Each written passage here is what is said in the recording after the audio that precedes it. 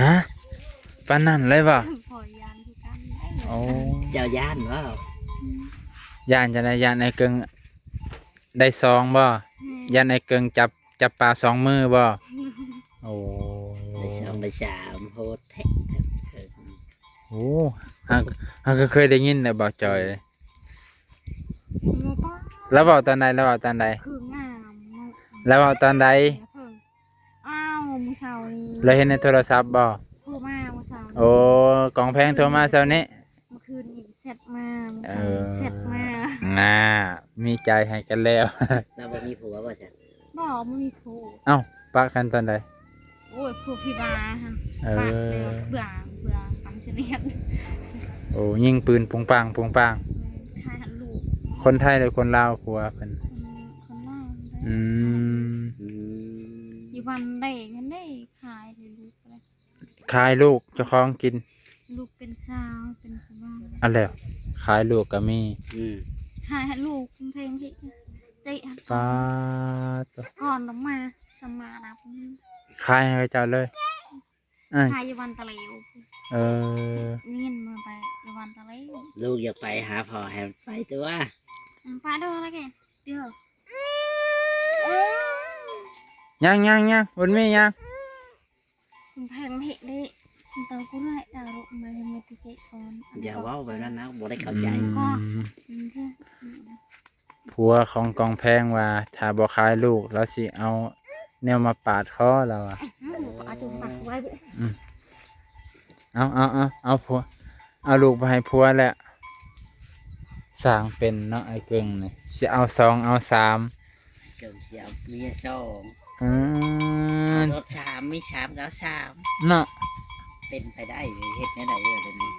ถือว่าเราเก่งเติบแล้วสันเก่งเลี้ยงเขาได้นะโอ้บ่าวน้องในย่อมแล้ว เดี๋ยวนี้เจ้าเฮ็ดได้บ่บ่น้อง ขนาดเลี้ยงพอผู้เดียวบ่าวน้องก็ยังหัวปักหัวปั๊มเลย อืมเสียเอาฮอดสองฮอดสาม เจ้าสองหอดสาม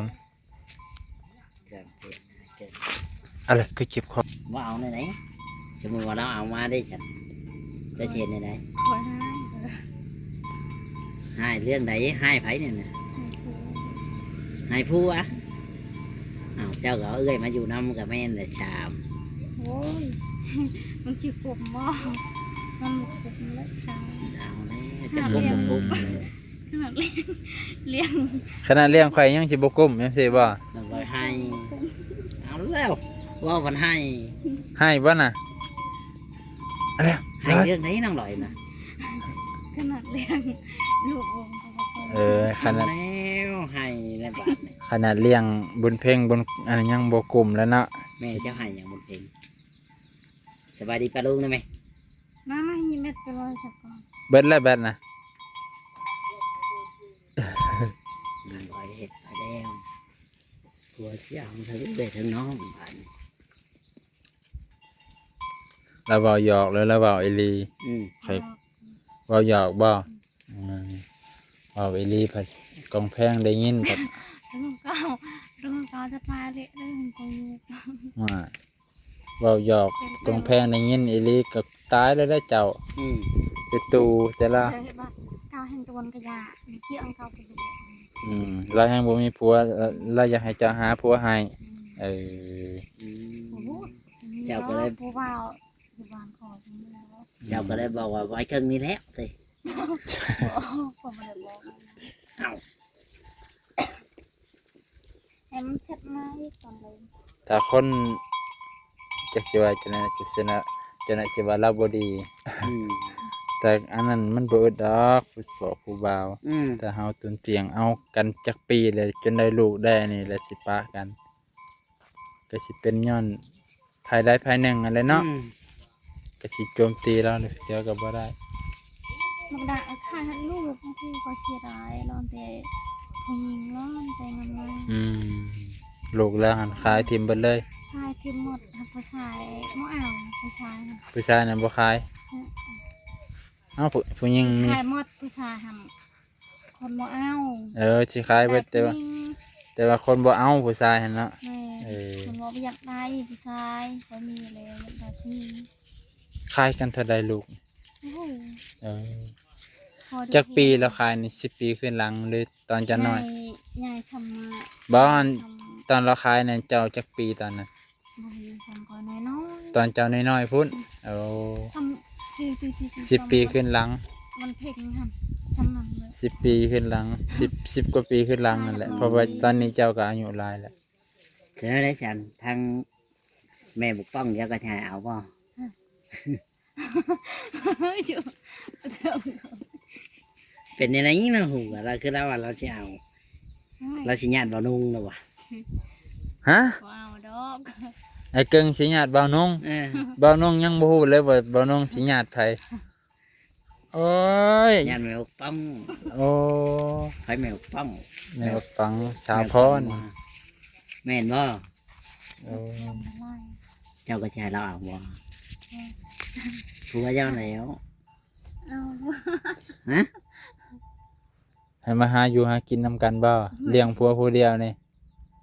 เอ้ย เอา พา ดิ แล้วพอเหมือนแบบนั้น เออน้องลอยให้เอา คนนี้มันให้เอา คนนี้แหละใช่ที่เราเลือกเอง บัดคนนั้นบ่ให้เอาเอ้ยคนนั้นบ่ให้เอาให้เอาเอ้ยคนนี้ เพิ่มให้โอ้ยมันไปบนกระยะน้ำผู้ใช้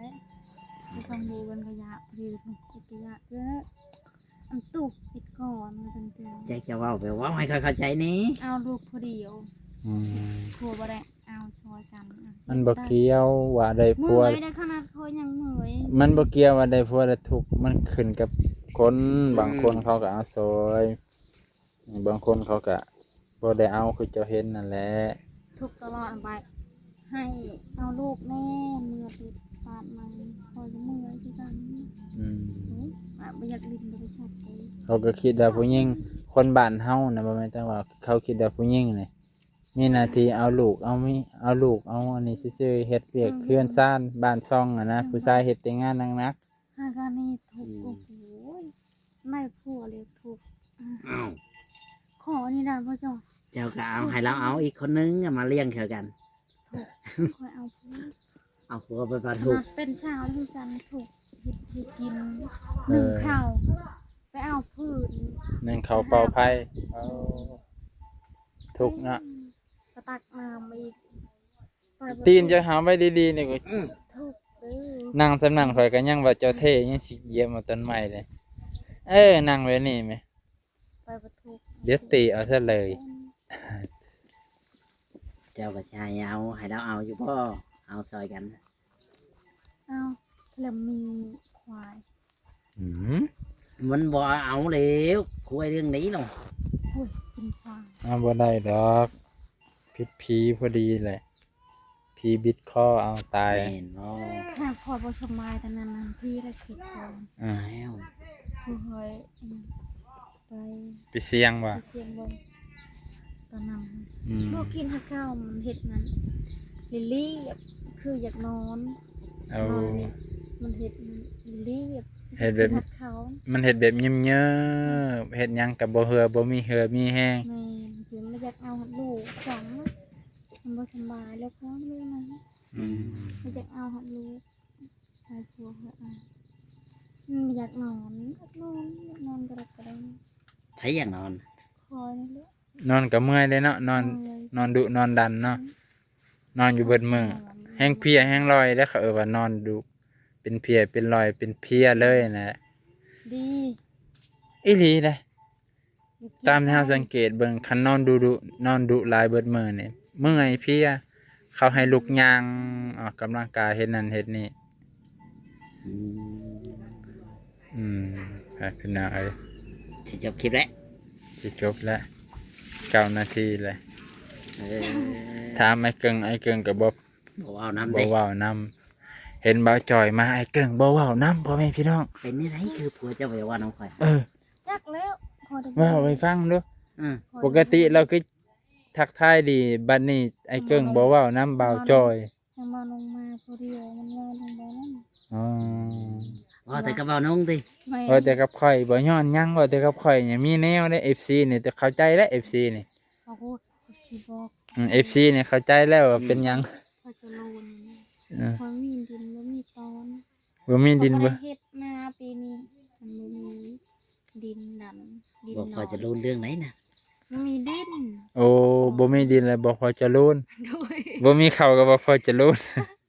พอจะรุ่นชีเอามาให้บ่ บ่ พอเจะรูนอ่ะโอ้ยตอนนี้ ฉันเป็นอะไรกันแน่ อะไรขึ้น เกิดอะไรขึ้น เอ้ยอิหยังกับตัวได้แบ่งเบาภาระเพิ่นได้กับแบ่ง อืม ตัวได้มันหนักหนาจังว่า อันนี้แหละมีแต่ให้เพิ่นหน่อยเพิ่นเกับดิตนเพิ่นนี่แหละจะบ่ดิตนเพิ่นบ่น้องลอย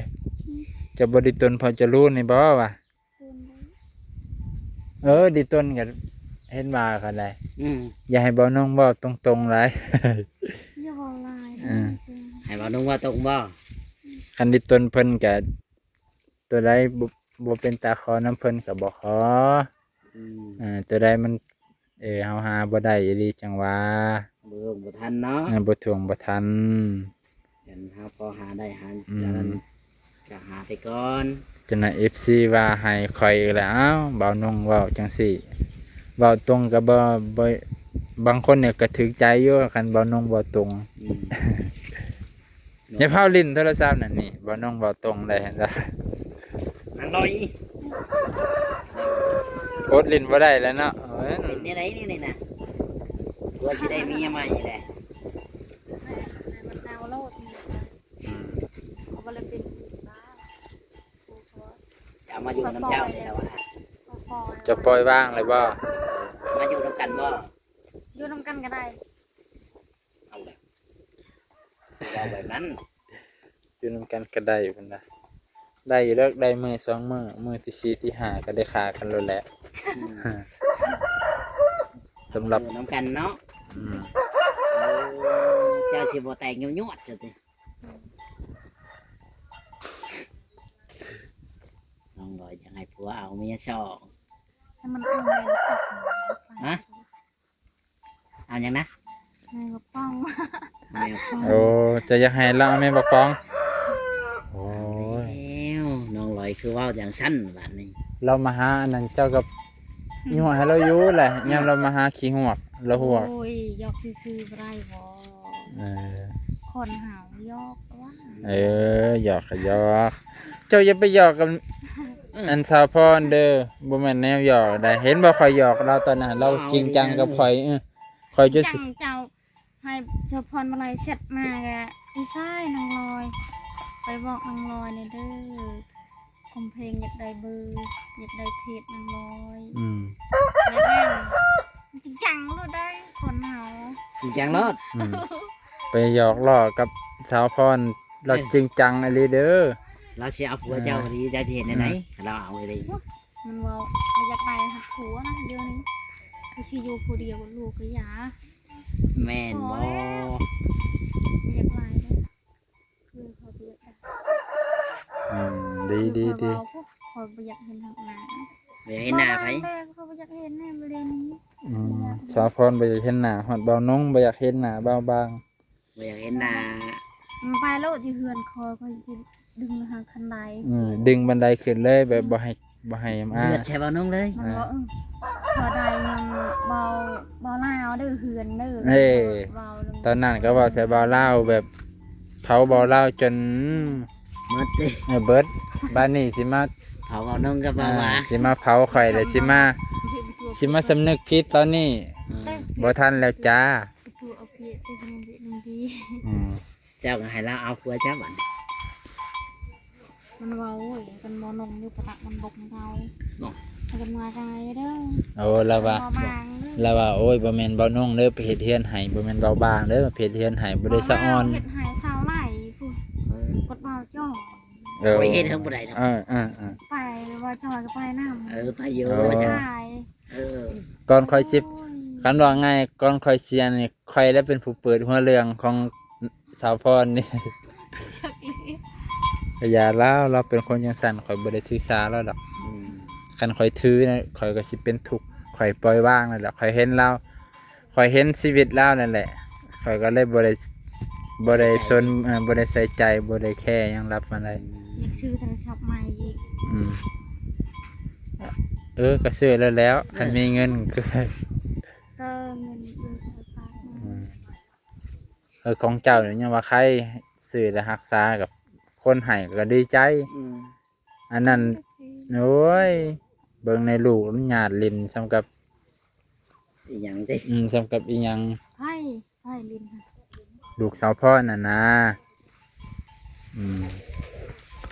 เจ้ายังบอกบุญเพ่งได้บ่ให้เล่นเราก็บ่เล่นเด้อ ขนาดพอเมื่อวานนี่บ่ได้ลิ้นโทรศัพท์กลางคืนนี่บ่ได้ลิ้นโทรศัพท์คือ อืม พอไว้ดี จะเอาไปดีเก็บไว้ดีๆเลยบ่ให้พวกจับเลย โนเลยติ อย่าลิ้นมันสิเตก นี่ ดูคอได้ย่ามดู เออ ไปนอนมันเพ่งก็ไปนอน หมดผัวได้จัง ไปนอนดู คันพวกจับได้เจ้ากล้าบอกบ่ ก็กล้าผู้คอยเองทั้งคน เจรจาติอย่าเล่น อย่าให้โทรศัพท์เด้อหมดเน็ตเลยหมดแล้วบ่เฮ้ยหมดเลยได้อย่าไปดิ้น เออไอ้เกิงปะเลย ปะเลยไปสูบยามัน เออเป็นนางสูบยาเราสิว่าโอ้สุดยอดเลยเมียข่อยนี่ โหดแท้เด้ โหดอีหลี ตามมาเรือโทรศัพท์เลยเขาอยากดินเอ้ยหมดเน็ตแล้ว อืมแล้วก็ปะเลย ว่ามาให้ดินมันเสียจะมีเงินให้คอยบ่ อืม มันมาตอบไปซื้อ เออ ไผชื่อให้เจ้านะ ใครนี่มันพังนี่บ่ ไผซื้อโทรศัพท์ ไผ ให้ ชื่ เจ้า อให้เจ้าจำได้บ่ คอยจะรู้ ได้คุยกับเราอยู่บ่ เด้อ ตอนเราโทรหาอยู่บ่ เพื่อว่าเน้นเล็กคือคอยจะล้วนเฮ็ดงานอะไรทั่ว เราโทรหาชายตรงบ่ แม่นเพิ่นโทรเล่นน้ำอยู่ โทรหาน้องร้อยนี่นะ แม่นโทรโทรถามข่าวสารสุขทุกข์ดิบ อืม การใช้ชีวิตของน้องลอยเป็นยังไง แตกต่าง ตัว เหมือน ก่า กับ บ่ แต่ก่อนน้องลอยก็ว่าโอ้ยดีหลาย ว่าเราว่าคนนี้นำปึ๊บ เดี๋ยวนี้บ่ จอยลง มันแม่นว่าฉัน แม่น ข่อยก็คือว่าธรรมดาว่ะให้เห็นคู่มือเนาะจังว่า จะดำนี่แหละ แต่ว่ากระดำเรื่องดำก็บ่ใส่เสื้อแขนยาวก็เบิ่งบุด ก็พร้อมแล้วหน้าเริ่ เอ มแดง อ แล้ว บ่แม่นช่วงนี้เราไปหาอยู่หากินก็มันหนึ่งช่วงอันนี้เด้เราไปหากินมันจะ เขาไป ตั้งแต่บุญมีแบบอยู่ได้แน่กับเนาะกับเอื้อยก็เลยเราไป ไปผู้เดียวนะ ไปคนเดียวก็ไป บ่ย่านบ่เป็นวินเป็นเวียนคือแต่ จัง เก่า ว่าเพิ่นมั่นใจในตัวยาที่ว่าคันกินยาหลายแน่ก็ ไปแบบนี้ ก็กินอยู่ว่ากูมือนี่น้องร้อยยาน กิน กิน มันบ่ได้เป็นบ่น้องตั้งแต่เจ้าเข้ามาเคย เป็นได้ ฮะ แต่บ่เห็นมื้อนั้นฮะเป็นอาทิตย์ก่อนบ่อาทิตย์ก่อนพู้นเดือนก่อนเราในเตียงนี่แหละ บอกว่ากินยาทั้งหมด เบาบาง น้อยแนวใด เบาบางออกจากนี่กับสักเลยครับว่า เออ คล้ายๆว่าเขาให้กิน200ซีซีอะนะ คนบ่กิน แต่เรา ฮอด เพิ่น150หรือ101ก็บ่ฮู้แหละว่า ยาซี อืม กินยาน้ำบ่เนี่ยนะ ยาหนาว เออ ประสิทธิภาพมันก็เลยแบบ บ่ถึงเนาะ บ่ถึงขึ้นเต้บาด ย่านแต่ไปคนเดียวนี่ย่านไปในน้ำในนี่นะบ่ได้ย่านอย่างเนาะ แม่นอยู่ เอาบ่ฮู้ได้เนาะมันสิเกิด ใครดอกปีนี้เขาบ่ได้นำมาดิ อ้าวว่าสิเฮ็ดนาคือว่าบ่ดำนา โอ้ บ่มีนายเฮ็ด นาก็บ่มีชีวิตนึงดิ อืม สิกินข้าวอยู่ใช้บัด ปี นี่ นี้เขายอดเอานะคอย หน้าตัวนี้ บ่หน้าตายคนเขายอดเลยเลยดิ หน้าตัวใดหน้าตาย เสียดำเอา จักแช่นาไทยคือหลา หน้าย ตายอยู่ไส หน้าตายเห็นดีลุงเขามาให้ บ่ให้คือสิไปหยอด รอดเอากันยอดเอากันเร็วเลย หยอดแล้วแหละแต่เราบ่ให้เลย พระเจ้าอะไร โอ้แต่ก็บ่ให้กันเลย คือยื้อคือตั้งใจเอาตลอดเคยจะมี คิดในใจแล้วว่าบ่รอดแน่นอน ยอดมั้ง เขาบ่ให้บ่เลยบ่รอดจังได๋ มันมาแข็งแรงดีขอ เออไปหยอดตอนใดวะ อุ้ยเจพร้อมเจ้าค่ะ พร้อมเจ้าจังได๋ข่อยหยอดมื้อเดียวนึงข่อยบ่ได้หยอดข่อยว่านน่ะเลย ขอยอดนะ นี่7มื้อนี่แหละของข่อยน่ะข่อยนับได้ ยอดไรไทยหายยังยอดนะ เจ้าคันหยอดบ่แม่นว่าน้อยๆเด้อ อืม ใช้เวลาโดนได้ โดนบ่ โว้ย น้องลอยเว่าไป ไม่ได้ มั่ว โด ทุก น แบบ ไม่ เนี่ย ถูก เนาะ เฮ็ดปุ๊บเลยได้ ปุ๊บปุ๊บ ปุ๊บปุ๊บ เว้าวนะมันไว้เรา มันไว ขนาดข่อยว่านจนเบิดมื้อผู้ไทยกับไทย มันมีลายเยอะนะ มันบ่มีลายให้ก็เลยหยอดเอา อืม จังไห้น่ะ มันตะแคงเหล็กยาว บ่แข็งแห้งก็เลยยาเฮ็ดบ่หลาย มันทะลุมันหมดมันเมื่อย น้ำสโลมเบิดเลยเมื่อยเอาเลย ใช้สโลมกันนั้น ต้องใส่สโลมตลอดวันจังแข็งแห้งนี่ แค่นี้ใส่สโลมกันนั้นกี่กัน แต่ก่อนเขาก็แนะนำข่อยจังซั่นแหละคันเมื่อยเลยให้ใส่แต่น้ำเกลือ มันบ่ ข่อยก็เลยโอ๊ะมันสิชิน มันมีอันนั้นเลือดบ่ เพิ่นว่ามันลื่นเลือดจางบ่ยัก มันเป็นน้ำเลือดมัน ซื้อน้ำแดงมากินเลย บ่ยาก สิกินหวานหลายก็บ่ได้เลยล่ะมันสิเป็นให้ประสิทธิภาพของยานั่น มันสิเฮยมันสิจืด มันสิจืดแล้ววันนี้เราก็เลยสักช่วงนั้นเรากินขนมนั่นแหละ กินขนมแล้วไป กิน กิน ขนมลาย ไปกินขนมร้ายแล้ววันนี้กินยาน้อย มันขึ้นบาทนี่ประสิทธิภาพของยามันลด ช่วงนี้เขาบ่ได้กินขนม ช่วงนี้แหละเพิ่นบ่ค่อยได้กินขนมแบบคือแต่ก่อนเด้ ขนม แต่ก่อนนี่เว้ยเห็นขนมนี่ลูกบ่ทัน แม่นบ่น้องลอย เห็นได้ว่าเลยหัวลูกนี่บ่ทันแม่ เอาแล้ว เดี๋ยวนี้เพิ่นก็ลดพอในอยๆนึงแต่ว่าก็บ่ได้หลายคือแต่ก่อนแม่นบ่ ดี ข่อยเว้าถูกนะ เบิ่งสภาพนางลอย อื นี่